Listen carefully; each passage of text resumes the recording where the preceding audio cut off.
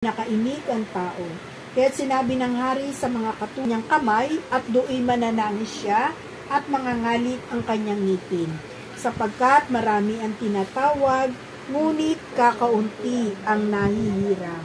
Ang mabuting balita na ating Panginoon, pinupuri ka namin, Panginoong Jesucristo. Amen.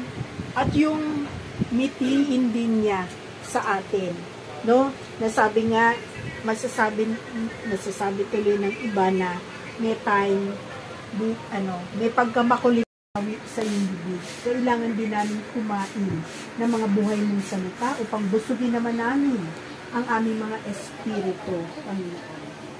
Kaya Lord, salamat sa mabuting balita na may maging hamon ito para sa aming pang-araw-araw na buhay, Panginoon. Ang sikapin namin, mabigyan ka namin ng kaluguran sapagkat punong-puno ng pagpapala ang nakalaan sa bawat isa sa amin.